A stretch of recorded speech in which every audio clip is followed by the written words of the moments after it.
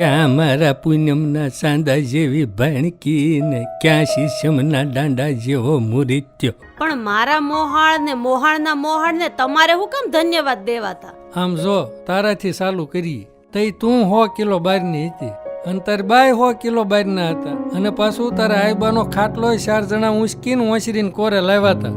એ 100 kilo બહારના હોય તો 4 જણા ઊંચકીને મૂકવા આવ્યા હોય ને તે મને 2 વેણ કહેવાનું મન થઈ ગયું. ધનસે આવી ધરોહરને કે આવા અડીખમ બગીચાનો મસ્ત મોટો ગજરો મને હામટા હગાની વચ્ચે ભેટ ધર્યો.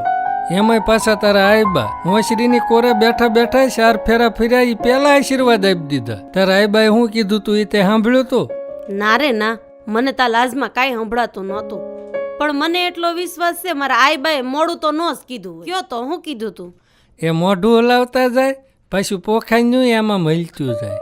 ક્યાં મારા પૂનમના સાંદા જેવી ભાણકી ને ક્યાં શીશમના દાંડા જેવો મુરિત્યો. કાગડો તો દહીંથરું લઈ ગયો. એ હવે મારી ભાણકીનો વેલો કાળો મસ ન થાય તો સારું.